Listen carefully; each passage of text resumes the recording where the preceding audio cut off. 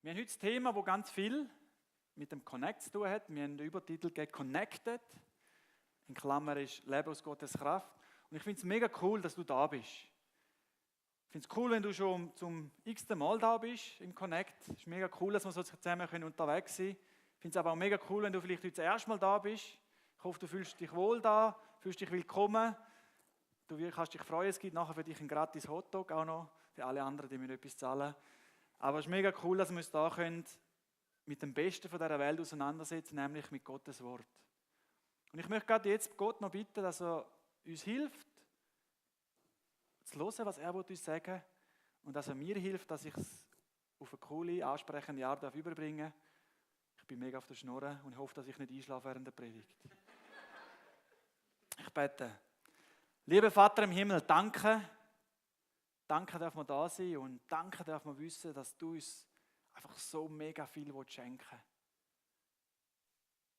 willst. Leben aus Gottes Kraft. Herr, ich möchte dich jetzt einfach bitten, dass uns das mega berühren und ansprechen und dass heute Abend jeder rausgeht und sagt, hey, ich möchte nichts anderes als aus dieser Kraft heraus leben, die du uns schenken willst.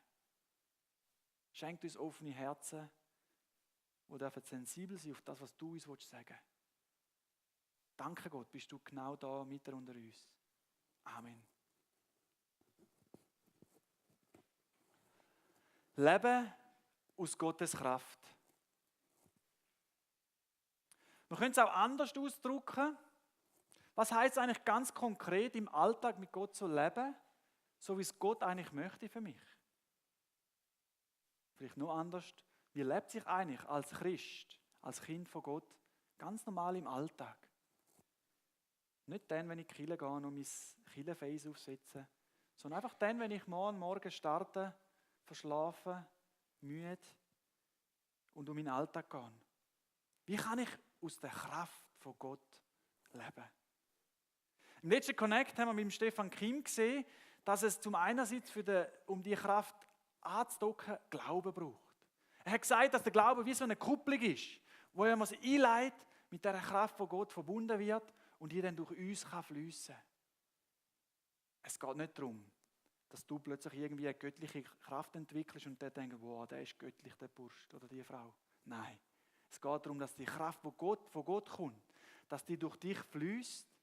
Und wenn die Leute dich anschauen, denken, boah, ich habe glaube ich Gott gesehen.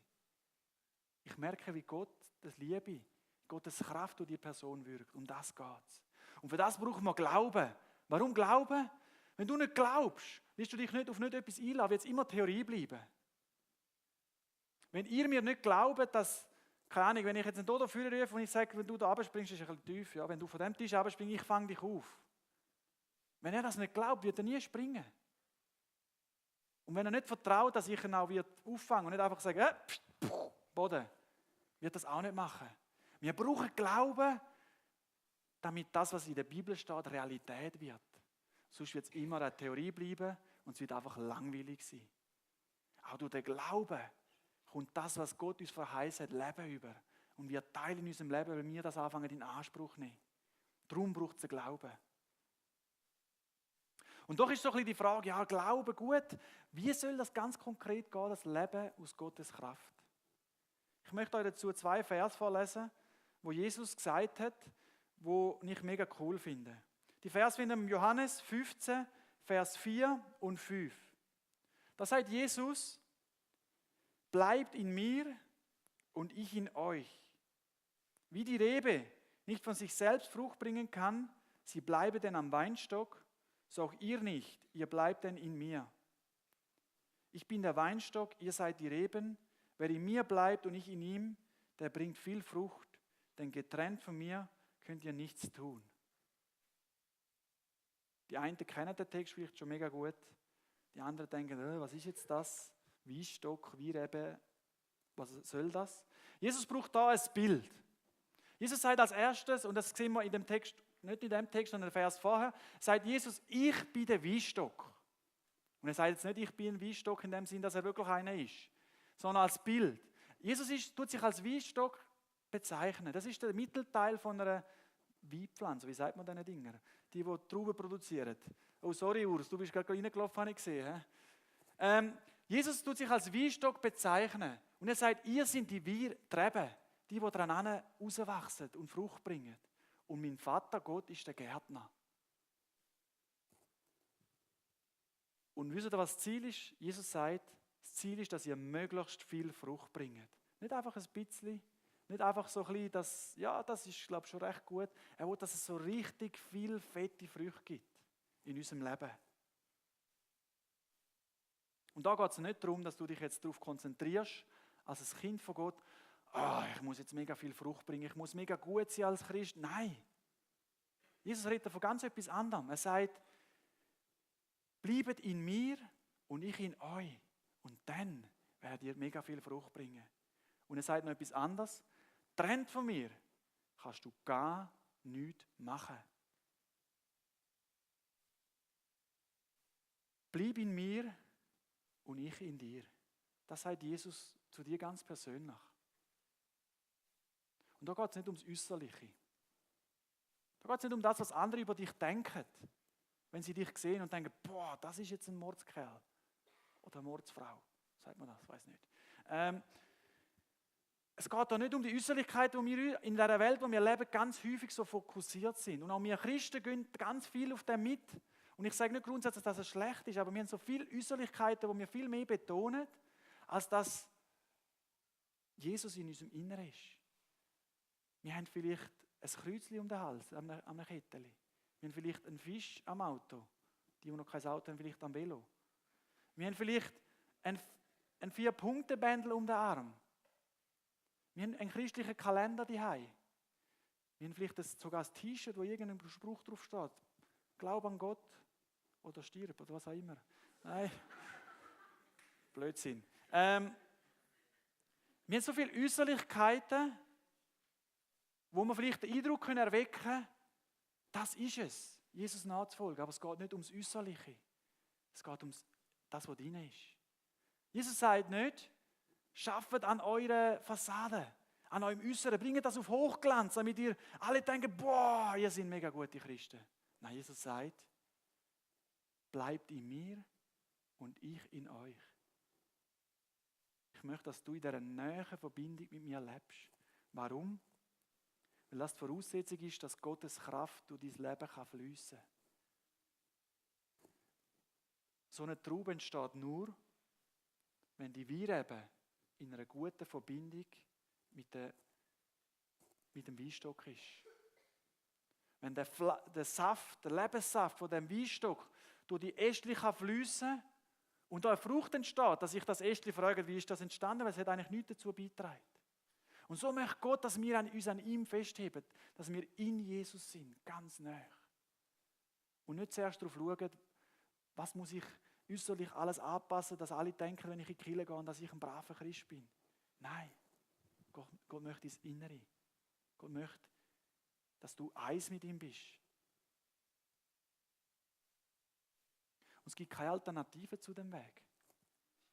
Jesus hat ganz klar gesagt, trennt von ihm, das sehen wir im Vers 6, können wir nichts tun. Jesus sagt das ziemlich krass, er sagt, wer nicht in mir bleibt, der hat vertrocknet. Der wird abzwackt und weggeschossen. Und das heißt jetzt nicht, dass Gott uns einfach abzwackt, wenn wir mal einen Fehler machen, und das geht es nicht. Jesus will dort so klar verdeutlichen, er tut mit allen Mitteln einfach versuchen zu zeigen, hey, wenn du mit mir unterwegs sein willst, dann gibt es keinen anderen Weg, als dass du so mega mit mir verbunden bist. Alles andere ist verlöhnte Zeit. Bleibt in mir und ich in euch. Und was passiert, wenn das da ist, die Verbindung? Dann kann Gottes Kraft durch dich fließen. Dann kann der Heilige Geist, wo jedes Mensch hat, wo Gott in sein Leben übergeben hat, kann anfangen, in deinem Leben Veränderung bewirken. Und dann darf der Frucht daraus entstehen, wo du selber wirst staunen, was Gott da gemacht hat. Der Gärtner, der in dieser Geschichte Gott ist, der wird an dir arbeiten. Jesus sagt, dass dort, wo Frucht entsteht, Gott kommt und reinigt. Und das tut noch recht schön, reinigen. Aber eigentlich ist gemeint, das, was der Gärtner macht, wenn er Pflanzen bearbeitet, dass sie besser gibt, dass sie unnötige Triebe abschneidet. Das tut ein bisschen weh. Ist ein bisschen unangenehm, dass Gott einfach so kommt und zack, zack, zack macht. Warum? Damit du noch viel bessere Frucht kannst bringen für ihn.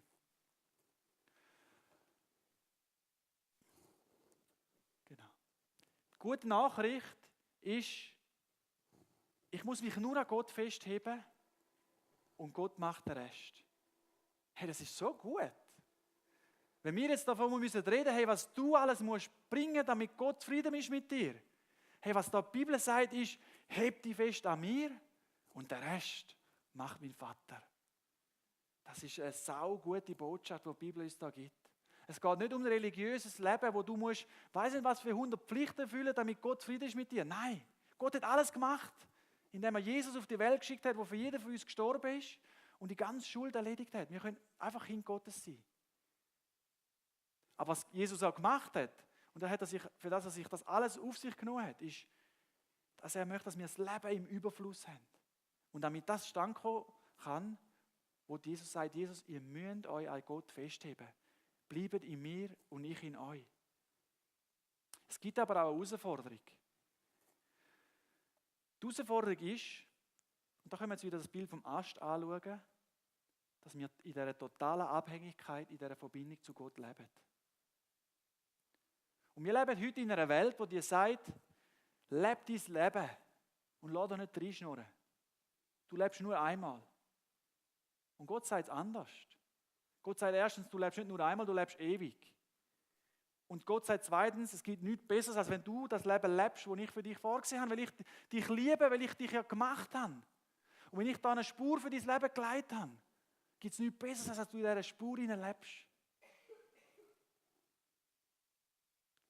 Aber Jesus tut uns irgendwo auch herausfordern im Sinn von, dass ich muss meine Pläne aufgeben. Und die einen werden vielleicht denken, oh Mann, ich muss meine Pläne aufgeben, ich muss kapitulieren von Gott. Ich muss bereit sein, total abhängig sein von ihm. Da kann es ja nicht mehr gut werden. Wenn du so denkst, möchte ich dich fragen, was hast du für einen Gott, wo du daran glaubst? Wenn wir einen Gott haben, der uns, wie gesagt, total liebt, der uns alles geben will, hey, da gibt es nichts Besseres als zu sagen, ich gebe mich total in die Abhängigkeit von dir und wird durch das, und das scheint ein Widerspruch zu sein, in die Freiheit geführt. Abhängigkeit zu Gott, die Verbindung zu Gott führt uns in die Freiheit, die Jesus für uns vorbereitet hat. Der Paulus sagt an einer Stelle im Römer 12, und das geht auch in das hinein von der Abhängigkeit, wir sollen unser Leben als ein Opfer darbringen. Was ist ein Opfer? Heute haben wir ein komisches Bild von dem Wort, weil wir das eigentlich nicht mehr kennen. Wenn ich ein Opfer auf mich nehme, dann denkt man heute, ja, der Dani macht eine mega Anstrengung, dass er seinen Abschluss schafft, zum Beispiel. Aber Opfer in der Bibel war, dass man etwas angegeben hat, dort ganz, ohne das Recht, um das zurückzunehmen. Ganz häufig sind das Tiere, die geopfert worden sind und die sind dann verbrannt worden. Und Gott möchte nicht unser Leben verbrennen oder zerstören. Aber er möchte, dass wir unser Leben ganz ihm hingeben. Damit er das machen kann, was er für dich vorgesehen hat. Nämlich das Leben im Überfluss, das er für uns vorgesehen hat. Es geht nicht um Pflicht erfüllen. Es geht nicht darum, dass Christsein mühsam ist und jetzt muss ich, weil ich Christ bin, das und das und das und das machen. Und sonst ist Gott nicht zufrieden mit mir. Nein. Es geht nicht um Pflichterfüllung, sondern um Hingabe. Gott möchte dich ganz. Er möchte nicht Erfüllung von Pflichten. Ich frage dich, bist du bereit, in der Abhängigkeit von Gott zu leben? Ganz viele da innen haben ihr Leben bereits schon Gott übergeben. Haben mal einen Schritt gemacht, wo sie gesagt haben, Gott, ich möchte, dass du mein Leben bestimmst. Und haben dort ihr Leben auf eine Art Gott übergeben, aber manchmal vergessen wir in unserem Alltag, dass es darum geht, wirklich total uns zu Gott anzugeben. Und darum frage ich dich, bist du bereit, kompromisslos mit Gott unterwegs zu sein? Und vielleicht jetzt auch da Leute, die sich noch gar nicht das überleiten und vielleicht gar nicht wissen, was ich jetzt da vorne schnurre, mit dem Gott sein Leben übergeben. Ich möchte dir da nur eins sagen, wenn das so ist. Es gibt nichts Besseres, als mit dem Gott unterwegs zu sein. Und es lohnt sich absolut, all in zu gehen. Alle Karten auf das zu setzen. Weil Gott möchte unser Leben mega beschenken und darum fordert er uns auf, in dieser Verbindung mit ihm zu leben. Und es kann sein, dass Gott sagt, hey, ja, mega cool, dass du dich jetzt reingeben willst. Und jetzt will ich, dass du noch mehr Frucht kannst bringen, dass du noch mehr Sachen kannst machen, die letztlich zu der Ehre von Gott beitragen. Du ich da noch ein bisschen arbeiten an dir. Und dann sagst du, ouch, Gott will an mir arbeiten. Was können das für Triebe sein, die Gott an deinem Leben abschneiden will? Das sind all die Sachen, die eigentlich dem im Weg stehen, dass Gottes Kraft ungehindert in deinem Leben fließen kann. Die vielleicht zu einem Götz werden, weil das wichtiger ist als die Beziehung zu Gott. Das kann ein Hobby sein, es kann dein Umgang mit Freizeit sein, mit Geld. Es können Sachen sein, die dir vielleicht ganz wichtig sind. Vielleicht deine Selbstverwirklichung, deine Karriere. Und es geht ja nicht darum, dass Gott unser Leben irgendwie vermeisen will. Ich erlebe das überhaupt nicht so. Aber vielleicht hat Gott andere Pläne mit dir, als du im Moment denkst. Vertraut mir Gott so, dass wir sagen, ich gebe mich dir ganz hin. Aus Gottes Kraft zu leben, heisst, dass ich mich ganz in die Abhängigkeit zu Gott begib. Und ein bisschen krass ausgedrückt, wenn du nicht dazu bereit bist, kannst du nicht das Kind von Gott sein, kannst du Gott nicht nachfolgen, es ist nicht möglich. Also es gibt keine Alternative, es gibt keinen zweiten Weg dazu. Aber es ist absolut der beste Weg. Und es gibt auch nichts Besseres als das. Also wir sagen, Gott, ich möchte nicht nur mit dir unterwegs sein, ich möchte, dass du, Jesus, in mir bist und ich in dir. Habt ihr euch das schon mal vorgestellt, wie das machbar ist? Ich kann es mir nicht so ausdrücken. Aber es gibt keine nähere Verbindung, wo man kann sagen, als wenn jemand in mir ist und ich in ihm. Es ist näher als eine Ehe, wo auch eine Vereinigung passiert, wo Gott gemacht hat. Gott oder Jesus möchte nicht nur mit dir sein, wir sagen häufig, lass Gott am Steuerrädchen von deinem Auto hocken und nicht am Beifahrersitz. Nein, Gott möchte nicht am Steuerrädchen von deinem Auto hocken, Gott möchte in dir hinein sein. Und mit dir durchs Leben gehen, ganz eng. Bleibt in mir und ich in euch. Ich weiß nicht, ob dir aufgefallen ist, dass da in der Mehrzahl geredet wird. Und wir sind da in der Gefahr, dass wenn wir von unserer Beziehung mit Gott reden oder von ihm Jesus sein, dass wir ganz schnell nur von uns selber denken. Und das ist ein Ding von unserer Zeit, wo wir sehr individualistisch sind. Es geht immer um uns und die ganze Welt muss rundherum drüllen. Und es ist noch spannend, dass in dem Abschnitt von Johannes 15 Jesus ganz häufig in der Mehrzahl redet zu den Jüngern. Er redet jetzt nicht zum Einzelnen im Normalfall, sondern er sagt, bleibt ihr alle zusammen in mir und ich in euch. Und ich glaube auch, wenn er da vom Weinstock redet, mit den vielen verschiedenen Reben, die dran sind, redet Jesus nicht nur von dir allein und deiner Beziehung mit ihm, sondern er redet von dir und ganz vielen anderen, die in dieser Beziehung mit Jesus leben, von der Kirche letztendlich. Und mir ist da noch ein Bild gekommen, das mich recht geflasht hat in letzter Zeit. Ist nämlich das Bild, das auch für die Kirche gebraucht wird, vom Leib von Jesus. Und ich bin nicht gut im Zeichnen, aber das, was ich meiner Tochter momentan so vorzeichne, das kann ich. Also, das ist ein Leib.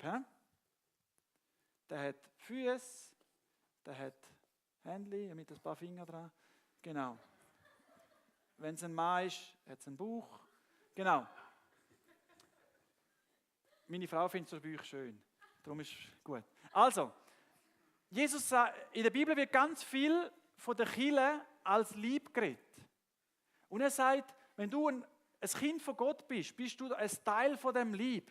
Bist du ein Teil von dem großen Ganzen. Und er sagt aber noch etwas anderes.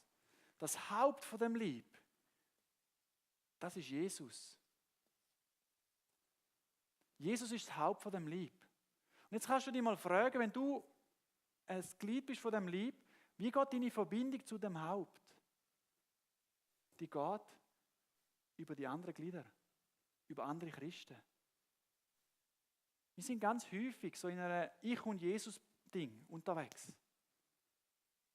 Und ich glaube ganz stark, dass Jesus sich ganz viel auch zeigt, wenn wir mit anderen Christen unterwegs sind.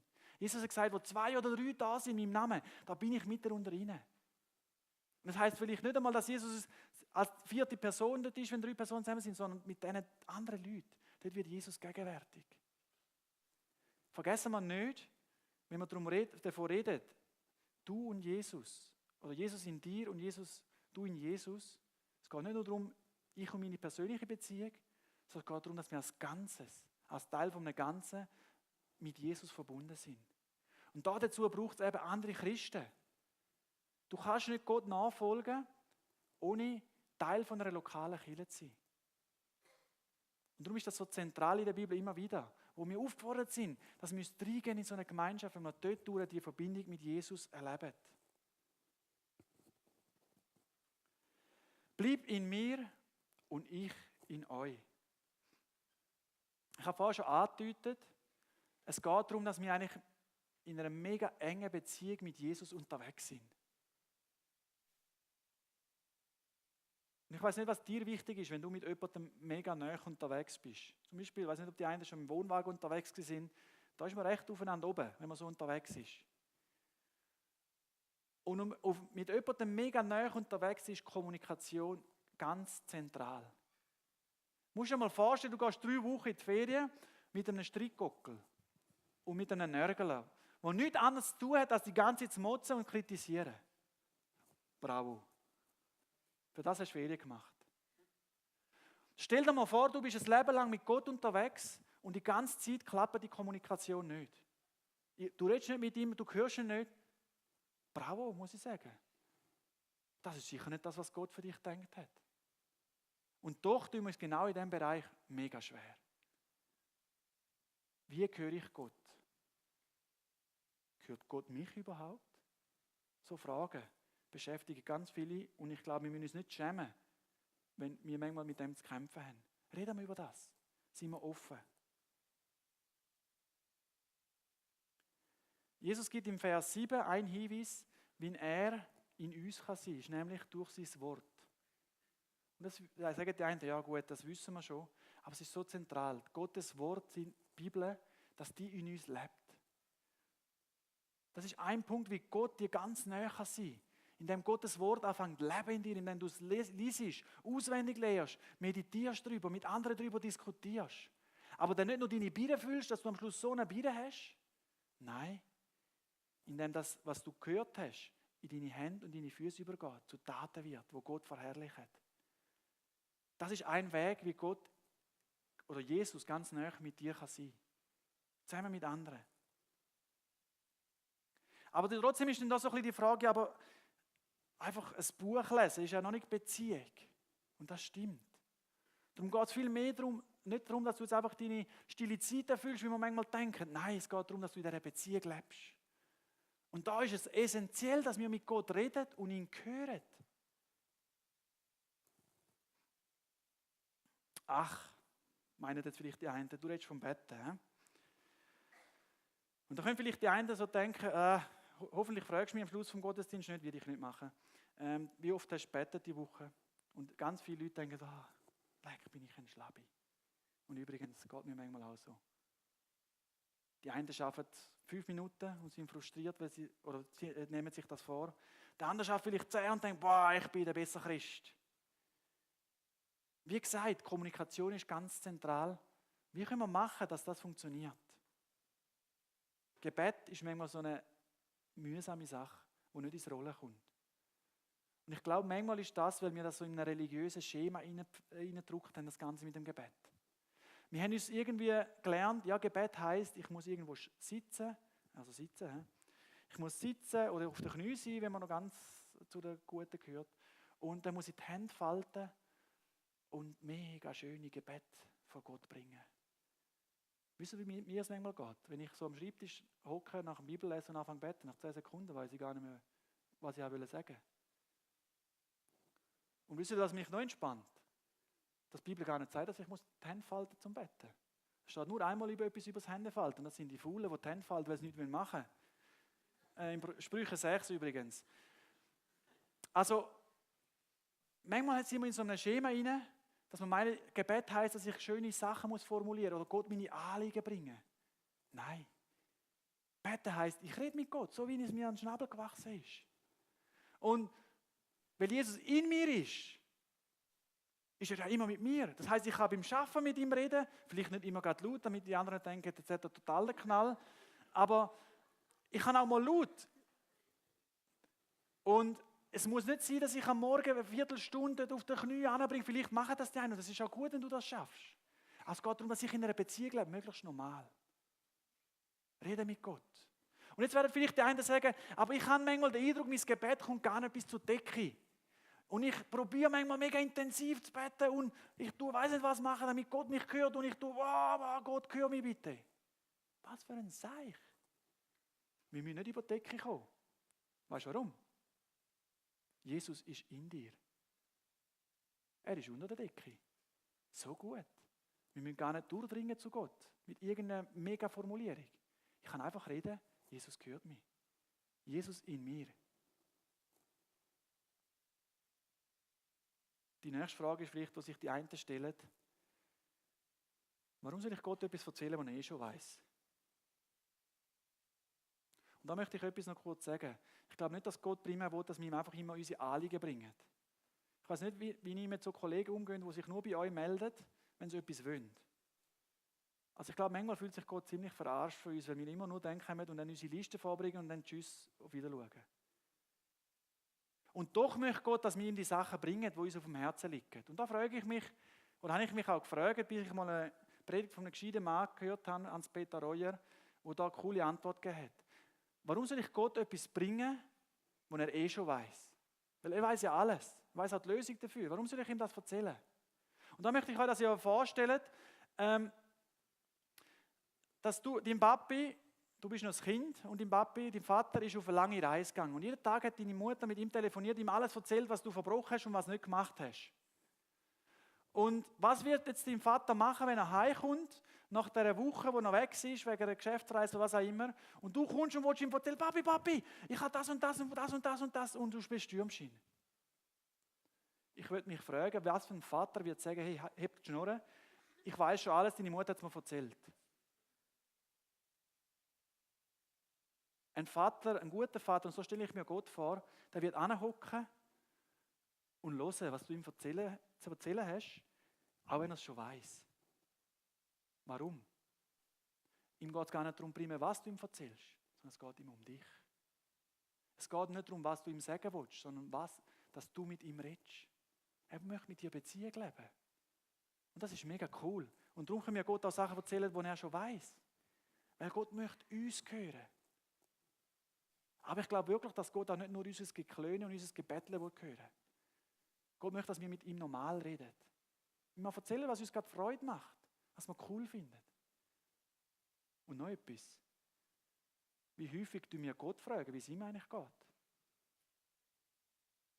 Was ihn gerade so bewegt? Ich habe gemerkt, das mache ich mega wenig. Dass ich so mit Gott rede und sage, hey Jesus, was beschäftigt dich eigentlich im Moment gerade so? Und dann sagt Jesus vielleicht in einem Gedanken zu mir, du Dani, mich beschäftigt, wie du mit anderen Leuten manchmal umgehst. Ich so, okay. Wie oft fragen wir Gott, was ihn so beschäftigt? Du musst mir nicht erzählen, dass das eine gesunde Beziehung ist, wenn wir nur immer durchredest. Vielleicht kennen das so Leute, mit denen kann man fast nicht etwas machen, wenn sie immer nur reden. Nur von sich, um sich selber zu drüllen. Und ganz häufig sind wir ja so mit Gott unterwegs. Jesus in dir. Es ist so genial, dass er so nahe ist bei dir. Es ist so genial, dass er so nahe ist, dass er durch seine Kraft in deinem Leben wirken will. Und weißt du, was Geniale ist auch? Wenn Jesus in dir ist und so nahe bei dir ist, dann wird dich das verändern. Nicht nur deine Art, wie du mit ihm redest. Nicht nur die Art, wie du mit ihm unterwegs bist. Nein, die Art auch, wie du handelst. Wenn du mit Jesus den Computer anschaltest, wirst du gewisse Seiten nicht aufmachen. Jesus ist in dir, da wirst du dich schämen. Wenn du religiös lebst und es nur darum geht, was andere über dich denken, dann wirst du das machen. Aber wenn Jesus in dir ist, wow. Und ich soll jetzt mit ihm die Seiten anschauen, Porno, was auch immer. Nein, da geht einem voll die Lust weg. Jesus wird jetzt sicher nicht mitschauen, aber er ist in dir und du tust ihm das an. Wenn Jesus in dir ist, wird er vielleicht mit dir ins Kino gehen. Und ich glaube, dass Jesus durchaus ein paar Filme mega gut findet. Also es wird auch gewisse Filme geben, wo Jesus sagt, hey, da gehe ich nicht mit. Oder Fernsehen schauen. Es wird dich verändern, wenn du in dem Bewusstsein lebst, dass Jesus in dir ist. Und nicht einfach nur nebendran oder am Steuerrädchen von deinem Auto, wo du immer darum kämpfst, dass du das Steuerrädchen hast. Nein, Jesus ist in dir. Du wirst anders mit Menschen umgehen, wenn du dir bewusst bist, Jesus ist in dir. Du wirst gewisse Wörter vielleicht gar nicht sagen. Und es geht jetzt nicht darum, dass wir uns fokussieren auf die Frucht, sondern dass wir uns auf Jesus, an Jesus festheben, damit er uns Stück für Stück verändern kann. Und weißt du, was der coole Nebeneffekt von dem ist, dass wir verändert werden? Oder was das Ziel ist von dem verändert werden? Und mit dem möchte ich dann schliessen.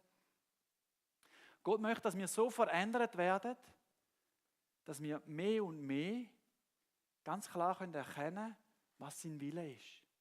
Und wie passiert das? Indem ich immer mehr in das hineinwachse, Jesus in mir und ich in ihm, werde ich immer näher erkennen, was sein Wille ist. Und dann wird es immer mehr, wenn ich in dem Bewusstsein lebe, Jesus ist in mir und das bewusst zulassen, dann werde ich immer besser erkennen, was Gottes Wille ist. Jesus sagt im Vers 7, da habe ich euch nicht den ganzen Vers gezeigt, wenn ihr in mir bleibt und meine Worte in euch, so werdet ihr bitten, was ihr wollt, und es wird euch geschehen. Boah. Gott, schenk mir einen Ferrari. Dort unten steht er, aber es ist nicht mir. Wenn wir im Willen von Gott sind, werden wir nicht Sachen bitten, die nicht im Willen von ihm sind. Und für das müssen wir in dem Lernen zu wachsen, Jesus in uns. Und wenn wir unser Wille so nah mit Gottes Wille ist, dann wird der Dani nicht auf die Idee kommen, einen Ferrari zu bitten. Aber es kann sein, dass der Dani dann, weil er so nah mit dem Willen von Gott ist, verbunden ist, spürt, hey, Gott möchte jetzt diesen Berg wegmachen. Und es ist nicht einfach so, ich kann jetzt den Furz den Berg, nein, Gott will den Berg wegmachen. Und dann kann ich im Glauben sagen, weg mit dir, du Berg. Und das kann irgendetwas sein, ein größeres Problem, was auch immer. Und er wird weggehen, weil Gott das wegmachen will. Wenn du schauen, wer das mega gut im Griff hat, dann schau mal, wie Jesus gelebt hat. Ich behaupte, Jesus hat, oder es steht in der Bibel, der hat kein Wort gesagt und nichts gemacht, ohne dass er ganz genau gewusst hat, Gott will das machen. Jesus hätte keinen Mensch heilen können, wenn er nicht gewusst hat, der Mensch will jetzt Gott heilen. Jesus ist Gottes Sohn und hat als Gottes Sohn auf die Welt gekommen, aber er hat auf seine Göttlichkeit verzichtet. Aber er ist so nahe mit dem Willen vom Vater verbunden gewesen, dass er ganz genau gewusst hat, was er machen soll. Und mich motiviert das mega, zum zu sagen, Jesus, ich möchte, dass du in mir lebst und ich möchte in dir leben. Ich möchte kompromisslos mit dir unterwegs sein. Hey Gott, ich möchte, dass du zwackst, was soll zwackt werden. Dass du mein Leben, alles darfst wegnehmen, wo dem das Hindernis ist, dass ich eine mega Frucht bringen kann. Nicht, wo mich im Mittelpunkt steht, wo alle denken, boah, nein, wo dir Gott die Ehre gibt. Und ich möchte dich fragen, bist du bereit, dich auf das Abenteuer einzulassen? Es kostet etwas, nämlich alles. In dieser Verbindung mit Gott zu leben. Es gibt nichts Besseres. Und wenn du dich bis heute noch nicht darüber Gedanken gemacht hast oder dich nicht entschieden hast, ich möchte nicht nur ein bisschen fromm sein oder Gott nachfolgen, ich möchte nicht nur einfach gläubig sein, nein, ich möchte radikal in dieser Verbindung mit Jesus leben, dann lade ich dich heute ein, dass du sagst, hey, doch, heute möchte ich mal einen Punkt setzen. Du kannst gerne nachher aufs Gebetsteam zugehen, auf mich, auch nach dem Connect kannst du auf uns zukommen und einfach ein Gespräch suchen. Aber lass nicht warten, warte nicht auf morgen. Jeder Tag, wo du ohne die nahe Verbindung mit Jesus lebst, ist ein verlorener Tag. Und es gibt nichts Besseres, das kann ich euch wirklich garantieren, von dem, was ich auch erlebt habe, als mit Gott unterwegs zu sein. Jesus sagt, bleibt in mir und ich in euch. Ist das in deinem Leben eine Realität? Ich hoffe es ganz schwer und hoffe sonst, dass du immer mehr das hineinwachsen darfst. Amen. Ich bete noch. Vater im Himmel, danke. Danke für das geniale Leben, das du uns vorgesehen hast. Und es ist durchaus recht herausfordernd, so der Gedanke, sich ganz dir anzugeben. Und es hat sicher vieles, was uns daran hindern will. Auch Vorurteile, vielleicht auch fehlendes Vertrauen, Aber Herr, ich möchte dich bitten, dass du uns hilfst, dass wir den Glauben haben, um zu sagen, ich möchte mich ganz auf dich einlassen, damit deine Kraft um mein Leben fließen kann. Gott schenke uns die Gnade, dass wir einfach in dieser Verbindung wachsen mit dir. Nicht, weil wir gut dastehen, sondern damit du darfst gross rauskommen in dem Ganzen. Danke, Herr, dass du so viel für uns gegeben hast. Amen.